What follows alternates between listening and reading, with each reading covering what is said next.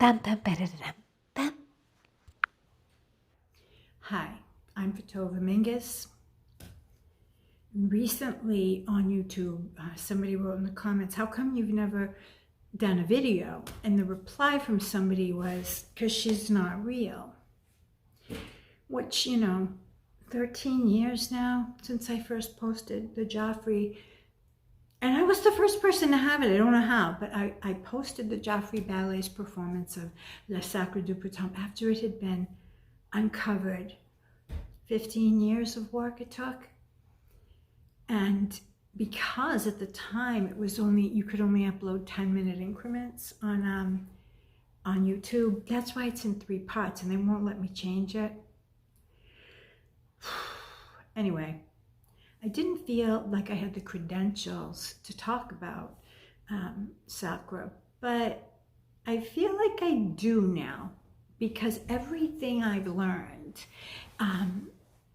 comes from one source, the only source, and that's Doctors Millicent Hodson and Kenneth Archer. I don't know anyone that would count squares and circles for years to make sure that the costumes were accurate, but they did that. They were so methodical. Robert Joffrey was driving this whole thing.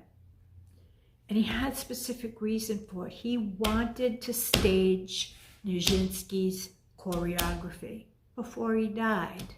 He ended up with terminal cancer, but he did get to see it on his stage before he passed away.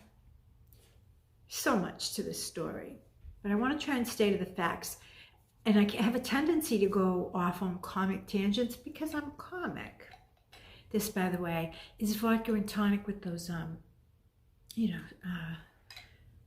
chrome ice cubes. They really keep them cold.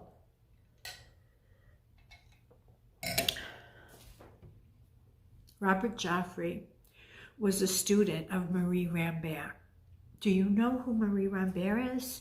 She was Nijinsky's assistant at the Ballet Russe, and she was there from every step of Sacre.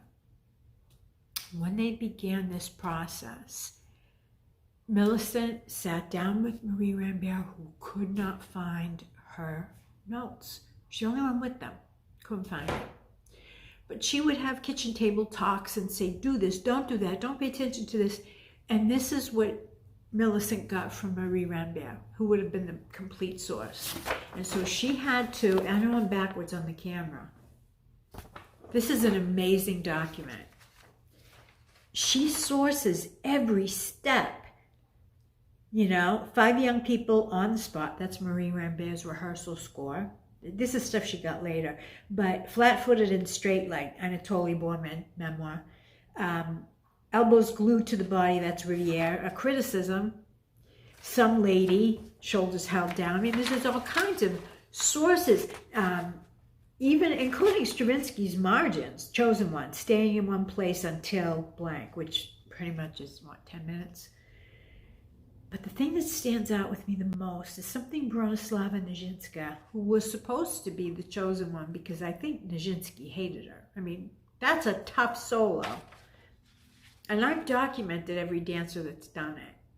And it's on my blog, which you really should be looking at this video. It's called thisisnotswanlake.com. Because it's not. But Bronislava says about the chosen one, squeezing one hand into a fist, she threatens the heavens. I never thought about it that way. But this is a story of facts. There are people out there that say stupid things.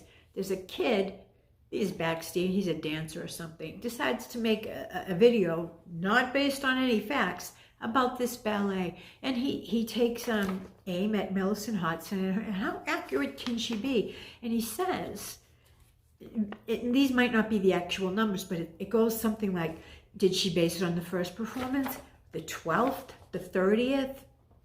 It was danced 9 times, young man, and then it was shelved because he ran off and got married while they were on tour in Rio de Janeiro. And when he came back, Diaghilev was just devastated, fired him.